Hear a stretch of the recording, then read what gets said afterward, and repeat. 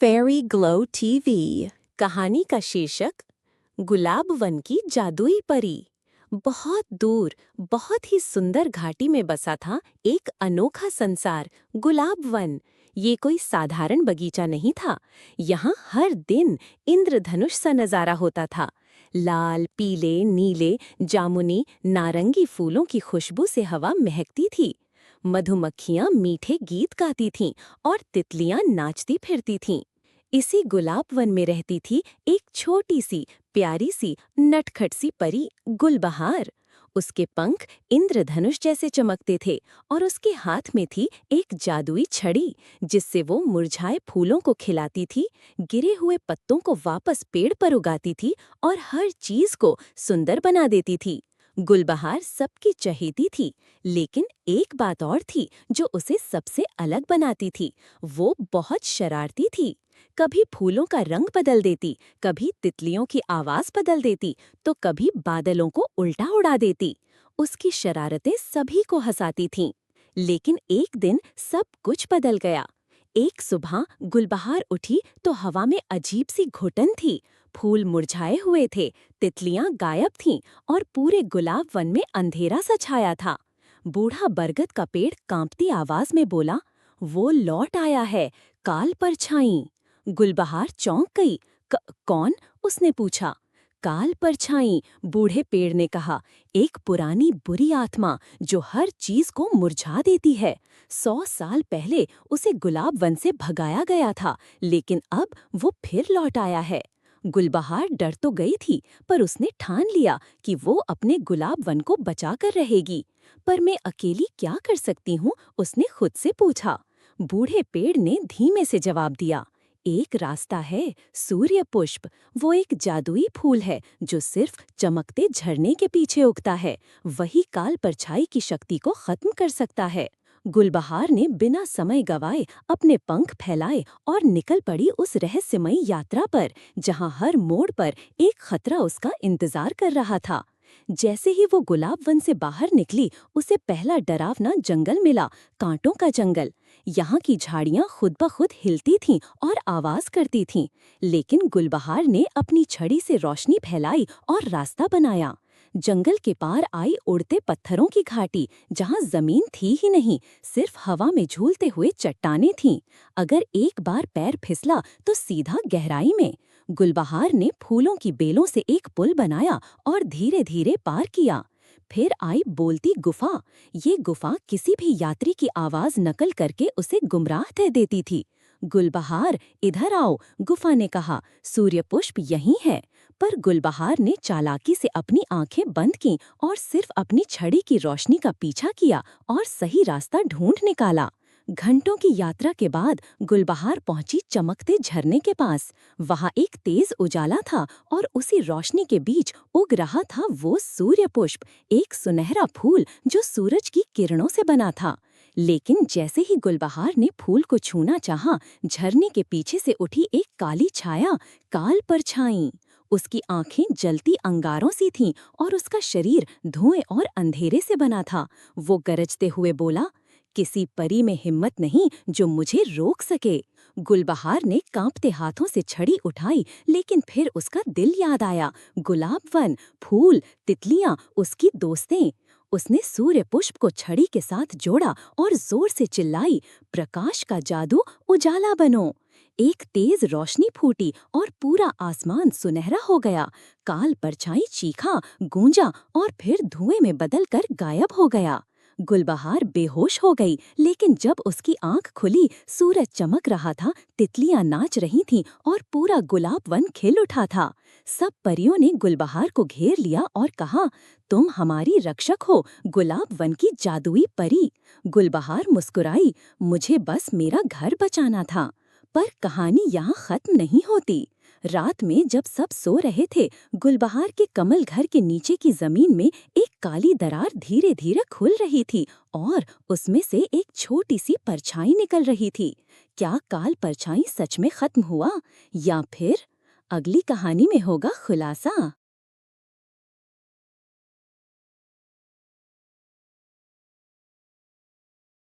Fairy Glow TV। कहानी का शीर्षक गुलाबवन की जादुई परी भाग 2 काल परछाई की वापसी। बहुत समय पहले गुलाबवन फिर से खिला हुआ था। इंद्रधनुषी फूल, मीठी हवाएं, नाचती तितलियां और गाते भौरे, सब कुछ ऐसा था जैसे कोई सपना। गुलबहार परी हर सुबह उठती, अपनी चमकती छड़ी घुमाती और पूरे बगीचे को जादू से सजा देती। सब कुछ बिल्कुल ठीक था, पर किसी को नहीं पता था कि अंधेरे की एक परछाई अब भी जमीन के नीचे सांस ले रही थी। एक रात जब चांद पूरा था और जंगल सो रहा था, गुलबहार को एक अजीब सी आवाज सुनाई दी, जैसे कोई फुसफुसा रहा हो, प्रकाश से जीत नहीं, केवल समय की हार है। वो चौंक कर उठी, अपने कमल घर के नीचे गई और देखा जमीन की दरार अब बड़ी हो चुकी थी और उसमें से निकली एक काली नीली परछाई। वो न पूरी अंधेरी थी, न पूरी जानी पहचानी। गुलबहार ने साहस जुटाया और पूछा, तुम कौन हो? उसने जवाब दिया, मैं हूँ काल प्रतिछाया, काल परछाई की परछाई, उसका छाया पर। मुझे कोई जादू नहीं मिटा सकता। मुझे हराने के लिए तुम्हें अपने अंदर का डर हराना होगा। गुलबहार घबरा गई, लेकिन फिर वो भागी बूढ़े बरगद के पास। उसने सब बताया। बूढ़ा पेड़ बोला, एक ही उपाय है। अंतर्ज्योति पर्वत पर पूर्णिमा की रात एक रहस्यमयी किताब प्रकट होती है, रात्रिवेदी ग्रंथ। उसमें होगा इस परछाई को हराने का रहस्य, लेकिन उस पर्वत तक पहुंचने का रास्ता बेहद खतरनाक है। गुलबहार तैयार हो गई। उसने अपनी सबसे प्यारी परी सहेली नूरा को साथ लिया और निकल पड़ी एक और जादुई यात्रा पर। सबसे पहले वे पहुंचे भूलते समय की घाटी में। जैसे ही अंदर गईं, सब भूलने लगीं, नाम, रास्ता, मकसद। गुलबहार को कुछ याद नहीं रहा, लेकिन तभी उसके बालों में बंधी तितली ने अपने पंख फड़फड़ाए और बचपन की माँ की लोरी सुनाई। गुलबहार को सब याद आ गया। वो आगे बढ़ीं। फिर आई शीशों का जंगल, जहाँ हर शीशा एक झूठा भविष्य दिखाता था। एक शीशे में गुलबहार खुद को रानी की तरह देखती है, ताज पहनकर गुलाब वन पर राज करती हुई। पर नूरा ने कहा, जो सिर्फ तुम्हारा हो वही सच होता है, बाकी सब परछाई हैं। गुलबहार ने आंखें बंद की और केवल अपने दिल की सुनकर रास्ता ढूंढा। आखिरकार वे पहुंची अंतर्ज्योति पर्वत पर। वहां एक रहस्यमयी अर्धपरी खड़ी थी। उसने कहा, इस ग्रंथ को खोलने की कीमत है एक जादू, एक स्मृति और एक आंसू। क्या तैयार हो? गुलबहार ने सोचे बिना अपना सबसे प्यारा जादू छोड़ दिया, फूलों को उड़ना सिखाना। अपनी सबसे प्यारी स्मृति छोड़ी, जब उसकी माँ ने पहली बार उसे गले लगाया था, और बहाया एक सच्चा आंसू, डर का नहीं, प्यार का। तभी ग्रंथ खुला और उसमें लिखा था, काल प्रतिछाया को सिर्फ उसकी अपनी परछाई से मिलाकर ही हराया जा सकता है, यानी गुलबहार को खुद अपने अंदर की परछाई से लड़ना होगा। गुलबहार और नूरा तुरंत गुलाबवन लौटीं। अब वहां फूल जम चुके थे, हवाएं बर्फ की तरह ठंडी थीं, सब कुछ ठहरा हुआ था, और सामने खड़ी थी काल प्रतिछाया पूरी शक्ति में। गुलबहार ने अपनी आंखें बंद कीं और खुद के अंदर झांका। उसे अपनी सबसे कमजोर बातें दिखीं, अकेलापन, डर, ईर्ष्या। और तभी उसके सामने खड़ी हो गई उसकी खुद की परछाई, वही चेहरा, वही आवाज, पर आंखों में खालीपन। मैं तुझ में ही हूँ, परछाई बोली। जब तू डरती है, जब तू खुद को छोटा समझती है, मैं तभी जागती हूँ। गुलबहार ने आंखें नहीं चुराईं। उसने धीरे धीरे हाथ बढ़ाया और परछाई को गले लगा लिया। अचानक तेज सफेद रोशनी फैली, एक तेज धमाका हुआ और गुलाब वन फिर से जाग उठा। फूल खिलने लगे, हवाएं गुनगुना उठीं, तितलियां लौट आईं और गुलबहार धीरे से मुस्कुराई। बूढ़ा बरगद बोला, तू अब सिर्फ जादुई परी नहीं, तू है अंधेरे को समझकर उसे मिटाने वाली योद्धा, तू है प्रकाश की सच्ची रक्षक। और तभी आकाश में चमक उठी एक नई रोशनी। गुलबहार की छड़ी में अब एक नई ताकत थी, स्वीकार की रोशनी। लेकिन उस रात जब सब सो रहे थे, कमल घर के बाहर एक पत्ते पर गिरी काली बूंद से उठी एक फुसफुसाती आवाज, हर परछाई की जड़ एक पराया राज होती है। अब आएगा वो जिसका नाम किसी किताब में नहीं। गुलबहार ने नींद में करवट ली, पर शायद एक और तूफान पास आ रहा था। कहानी अभी बाकी है।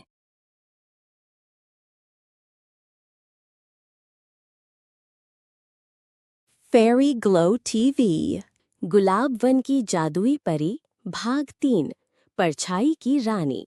बहुत समय बीत चुका था जब गुलबहार ने काल परछाई को हराया था। गुलाब वन फिर से हंसने गाने लगा था। फूल मुस्कुरा रहे थे, तितलियां हवा में झूम रही थीं और परियां गुनगुना रही थीं। लेकिन गुलबहार की आंखों में एक बेचैनी थी।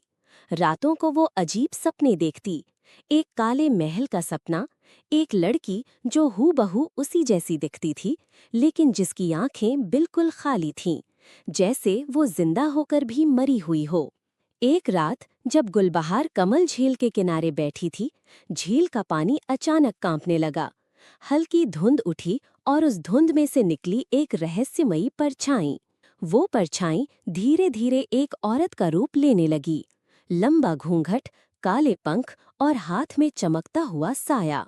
उसने कहा, तुमने मेरे दास को हराया, अब मैं खुद आ रही हूँ तुम्हारे गुलाब वन को निगलने। मैं हूँ परछाई की रानी, हर डर की माँ। गुलबहार डर गई, लेकिन उसने खुद को संभाला।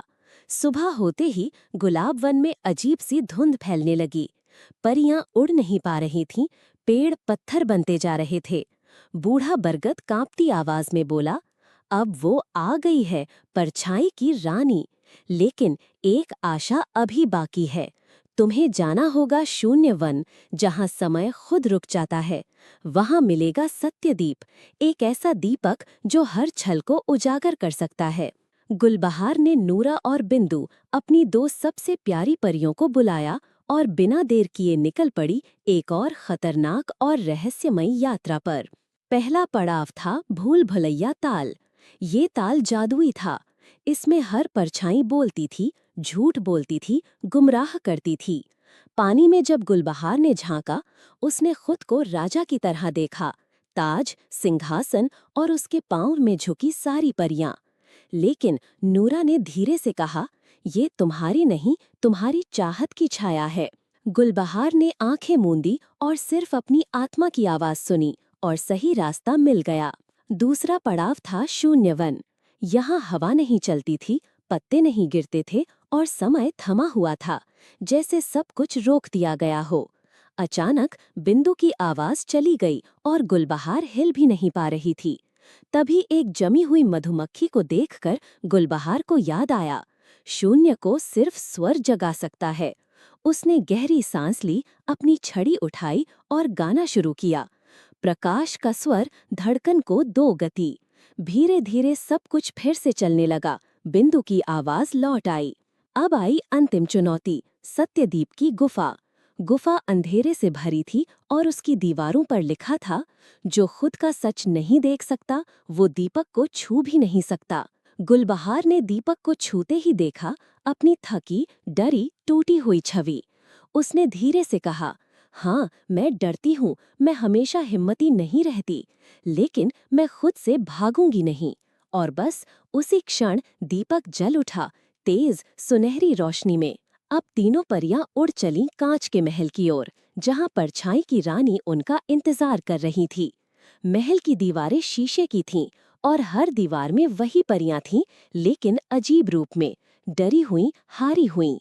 रानी गर्जी, तुम मुझे नहीं हरा सकती, क्योंकि मैं वही हूँ जो तुम खुद से छुपाती हो। गुलबहार ने दीपक को उठाया और धीमे से कहा, मैं खुद से अब नहीं डरती। दीपक से निकली रोशनी ने रानी को घेर लिया और उसकी छाया चटकने लगी। हर दरार से निकलने लगी छोटी छोटी रोशन बूंदें, जैसे किसी ने बहुत से डर एक साथ छोड़ दिए हों। रानी चीखती रही, ये आग नहीं, ये सच्चाई है। और फिर एक हवा के झोंके गए वो गायब हो गई। गुलबहार, नूरा और बिंदु गुलाब वन लौट आईं।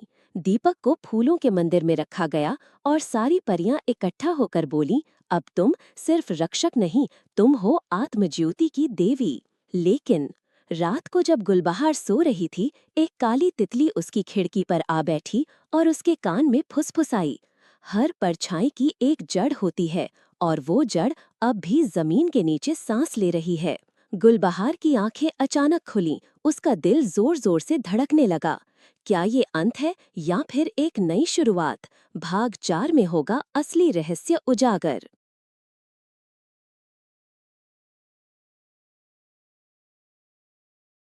फेरी ग्लो टीवी। भाग 4, गुलाब वन और परछाई की जड़। गुलबहार की आंखें एक झटके में खुलीं, सांसें तेज चल रही थीं। खिड़की पर बैठी वो काली तितली अब उड़ चुकी थी, लेकिन उसकी फुसफुसाहट अब भी गुलबहार के कानों में गूंज रही थी। हर परछाई की एक जड़ होती है, और वो जड़ अब भी जमीन के नीचे सांस ले रही है। गुलबहार ने गहराई से सांस ली और तय किया, अब डरना नहीं, अब समझना है। सुबह होते ही वो सीधी पहुंची बूढ़ी बरगद के पास। क्या सच में सब खत्म हो गया? उसने पूछा। बरगद की आवाज आई, नहीं बच्ची, परछाई का अंत सिर्फ रोशनी से नहीं होता। उसकी जड़ें तब तक जिंदा रहती हैं जब तक सच्चाई पूरी नहीं जानी जाती। गुलबहार को याद आया, सत्यदीप। वो मंदिर की ओर दौड़ी, लेकिन वहां पहुंचते ही उसकी आंखें फटी रह गईं। दीपक की लौ, जो कल तक सुनहरी थी, आज नीली हो चुकी थी, और फिर वो अपने आप बुझ गई। गुलबहार समझ चुकी थी, खतरा अभी गया नहीं, वो अब और गहराई में छिपा है।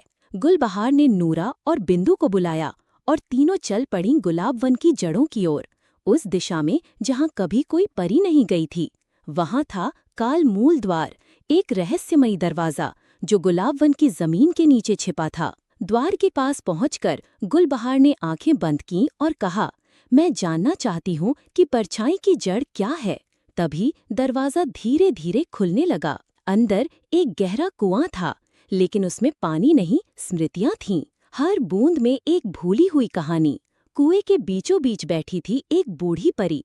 उसका नाम था शुभ्रा गुहा। उसकी आंखें बंद थीं और पूरे शरीर पर काले बेल लिपटे हुए थे। जैसे ही गुलबहार पास पहुंची, शुभ्रा ने आंखें खोलीं और बोली, तुम जिसे परछाई की रानी समझती हो, वो तो बस एक परछाई थी। असली जड़ तुम हो। गुलबहार चौंक गई। मैं? उसने पूछा। शुभ्रा बोली, तुम्हारी ही एक याद, एक भूला हुआ हिस्सा बन गया परछाई। चलो, मैं तुम्हें दिखाती हूँ। शुभ्रा ने जैसे ही अपनी उंगली गुलबहार के माथे पर रखी, सब कुछ बदलने लगा। गुलबहार ने खुद को देखा, एक छोटी सी बच्ची के रूप में, जो अकेली थी, डर के मारे एक अंधेरी गुफा में बैठी थी। कोई उसे गले नहीं लगाता, कोई उसका नाम नहीं लेता। शुभ्रा ने कहा, यही तुम्हारा बचपन था, जिसे तुमने भुला दिया, और वहीं जन्मी थी परछाई की असली जड़। गुलबहार की आंखों में आंसू आ गए। मैंने उसे क्यों भुला दिया? उसने फुसफुसाते हुए कहा। क्योंकि वो दर्दनाक था, शुभ्रा ने जवाब दिया। लेकिन याद रखो, जो भुलाया जाता है वो मिटता नहीं, वो छाया बन जाता है। अब वक्त था सच्चाई को गले लगाने का। शुभ्रा ने गुलबहार को दी प्रकाश अग्नि की छड़ी, एक जादुई छड़ी जो आत्मा की आग से जलती थी। इससे जलाओ उस जगह की जड़ जहां परछाई ने जन्म लिया। लेकिन याद रखना, ये आग शरीर नहीं जलाती, ये भावनाओं को नंगा कर देती है। गुलबहार नूरा और बिंदु के साथ लौटी गुलाब वन, उसी पुराने पेड़ के पास जो सालों से सूखा और झुका हुआ था। जैसे ही गुलबहार ने जड़ के पास प्रकाश अग्नि रखी, जमीन कांपने लगी, और फिर वहां से निकली एक परछाई। वो हूबहू गुलबहार जैसी थी, लेकिन आंखों में गुस्सा, दर्द और खालीपन था। उसने कहा, मैं वही हूँ जिसे तुमने भुला दिया था। मैं वो बच्ची हूँ जिसे किसी ने नहीं अपनाया, न प्यार दिया, न नाम दिया। गुलबहार की आंखें भर आईं। उसने कहा, माफ करो, मैं तुम्हें भूल गई थी, लेकिन अब नहीं, अब मैं तुम्हारा दर्द बांटने आई हूँ। परछाई की आंखें भीग गईं, वो थरथराने लगीं और फिर गुलबहार की ओर बढ़ी। गुलबहार ने नूरा और बिंदु को गले लगा लिया। उस एक आलिंगन में दो आत्माएं एक हो गईं। परछाई की रानी अब रोशनी में बदल रही थी। उसी क्षण गुलाब वन के बीच एक नया पेड़ उगाया, स्वरूप वृक्ष। उसके फूलों में कोई रंग नहीं था, लेकिन जब भी कोई उसे छूता, उसे अपने भीतर की सच्चाई दिखती। अब गुलबहार के सिर पर एक नया मुकुट था, पूर्णता का ताज। लेकिन कहानी यहीं नहीं रुकी। रात को जब गुलबहार मंदिर में बैठी थी, एक पुरानी चिट्ठी उड़ती हुई आई। उसने खोली तो उसमें सिर्फ 3 शब्द थे, अब मैं जाग गया। गुलबहार ने पूछा, कौन? और तभी आकाश में एक गहरा गर्जन हुआ, मैं हूँ काल प्रथम, अंधकार का स्रोत। गुलबहार ने आंखें बंद कीं और गहराई से सांस ली। लड़ाई अब असली थी, अब डर नहीं, आत्मा की परीक्षा थी। भाग 5 में देखिए, क्या गुलबहार काल प्रथम से लड़ पाएगी, या सच्चाई की ये यात्रा अब भी अधूरी है? अगर आपको ये कहानी पसंद आई तो लाइक करें, सब्सक्राइब करें और अगली कहानी के लिए घंटी दबाएं। फेरी ग्लो टीवी। कहानी का शीर्षक गुलाबवन और काल प्रथम की अंतिम लड़ाई। रात बहुत गहरी थी, हवाएं थमी हुई थीं और मंदिर की सीढ़ियों पर बैठी गुलबहार की उंगलियों में एक पुरानी चिट्ठी कांप रही थी, जिसमें बस 3 शब्द थे, अब मैं जाग गया। ये वही था जिसे सदियों से सब एक ही नाम से जानते थे, काल प्रथम। तभी अचानक जमीन कांपने लगी, मंदिर के नीचे से एक नीली जादुई रोशनी उठी और झील की ओर बहने लगी। गुलबहार ने बिना समय गंवाए अपनी 2 प्रिय परियों नूरा और बिंदु को साथ लिया और तीनों झील की ओर दौड़ीं। जैसे ही वे झील के किनारे पहुंची, पानी की सतह पर एक नीली चमक फैली और उसमें से 2 जलपरियां प्रकट हुईं। एक की पूंछ नीली, दूसरी सुनहरी। वे कुछ नहीं बोलीं, लेकिन हवा में शब्द तैरने लगे। काल प्रथम का बीज इंद्रजल लोक में छिपा है, अगर वो फूट गया तो धरती डूब जाएगी। गुलबहार ने एक पल भी सोचे बिना कहा, ले चलो मुझे, मैं डरने नहीं, बचाने आई हूँ। जल परियों ने उनके हाथ थामे और तीनों परियां गुलबहार, नूरा और बिंदु झील की गहराइयों में समा गईं। वे पहुंची एक अद्भुत दुनिया में, इंद्रजल लोक में। चारों ओर चमकते मूंगे, जादुई मछलियां, नीली रोशनी और रहस्यमयी सन्नाटा। सुंदरता इतनी गहरी थी कि डर लगने लगा। सुनहरी जलपरी ने धीरे से कहा, तुम्हें काल प्रथम की शक्ति तक पहुंचने के लिए 3 आत्मिक द्वारों से गुजरना होगा। पहले द्वार पर पहुंचते ही गुलबहार के सामने दृश्य बदल गया। पूरा गुलाब वन आग की लपटों में जल रहा था, फूल राख बन चुके थे और सब कुछ खत्म होता दिख रहा था। लेकिन गुलबहार डरी नहीं। उसने अपने दिल पर हाथ रखा और कहा, मैं पीछे नहीं हटूंगी, और द्वार अपने आप खुल गया। दूसरे द्वार पर उसकी माँ खड़ी थीं, मुस्कुराते हुए कह रही थीं, लौट आ मेरी बच्ची, सब छोड़ दे। गुलबहार की आंखें भर आईं, लेकिन उसने जवाब दिया, अब मैं सिर्फ आपकी नहीं, पूरे वन की हूँ, और द्वार पार हो गया। तीसरे द्वार पर एक चमकता हुआ आईना रखा था। उसमें थी गुलबहार, थकी, टूटी हुई, डरी हुई, लेकिन उसकी छाती में एक नीली लौ जल रही थी, इंद्रदीप। वही उसकी असली शक्ति थी। उसने धीरे से उस लौ को छुआ और कहा, यही मेरी सच्चाई है। आईना टूट गया। अब वह पहुंच चुकी थी काल प्रथम के सामने। वो कोई इंसान नहीं था, बल्कि एक बदलते आकार की परछाई, जिसमें दुख, डर, अकेलापन और पुरानी यादें थीं। वो कभी उसके पिता का चेहरा बनता, कभी गुलाबवन की राख, तो कभी उसकी अपनी परछाई। गुलबहार ने उसकी आंखों में देखा और बहुत ही शांत स्वर में कहा, मैं तुम्हें मिटाने नहीं, अपनाने आई हूँ। और फिर उसने इंद्रदीप को उठाकर काल प्रथम की सीने में रख दिया। एक नीली रोशनी फैली, जलपरियां इंद्रधनुष बनकर चारों ओर घूमने लगीं और काल प्रथम धीरे धीरे समुंदर में घुल गया, जैसे कोई भारी बोझ अब हवा हो गया हो। पर यही अंत नहीं था। वहां जहां काल प्रथम की जड़ थी, वहां एक बीज गिरा पड़ा था। सुनहरी जलपरी ने कहा, ये इच्छाओं और आत्मबल का बीज है। इसे वही बो सकता है जिसने अपने डर, मोह और आत्मसंदेह पर विजय पाई हो। तभी अचानक वह बीज उठाया और तीनों परियां गुलाब वन लौट आईं। उसी झील के किनारे जहां पहली बार जलपरियां मिली थीं, गुलबहार ने वो बीज बो दिया। धीरे धीरे वहां एक उजला, चमकता वृक्ष उगाया, जिसमें रंग बिरंगे फूल खिले, लेकिन उनमें कोई साधारण फूल नहीं थे। एक सुबह जब सूरज की पहली किरण उस वृक्ष पर पड़ी, 4 चमकते फूल खिले। उन फूलों में से प्रकट हुईं 4 नन्ही परियां, छोटी छोटी चमकते पंखों वाली, रेनबो धूल उड़ाती हुईं। गुलाब वन की सभी परियां उन्हें देखने के लिए इकट्ठा हो गईं और उन चारों को गले लगाकर उन्होंने गुलबहार के सिर पर एक इंद्रधनुषी मुकुट रखा, जादुई फूलों और रोशनी से बना हुआ। और उसी दिन गुलबहार बनी गुलाब वन की जननी रानी। अब गुलाब वन में खड़ा था एक इच्छा वृक्ष। जो भी परी सच्चे दिल से उस वृक्ष को छूती, उसकी एक नेक और सच्ची इच्छा पूरी हो जाती। और जब परियां इकट्ठा होकर झील के पास इंद्रधनुष की रोशनी में नाच रही थीं, तब हवा में एक प्यारी सी आवाज गूंज गई। सच्चे साहस से किया गया हर काम एक नई कहानी का जन्म देता है। शिक्षा ये है कि जादू कहीं बाहर नहीं होता, वो हमारे साहस, सच्चाई और दूसरों के लिए की गई निस्वार्थ सेवा में छुपा होता है। जब हम अपने डर और भ्रम से ऊपर उठते हैं, तब हमारे जीवन में असली जादू होता है। अगर आपको ये कहानी पसंद आई तो लाइक करें, सब्सक्राइब करें और अगली जादुई दुनिया के लिए घंटी जरूर दबाएं।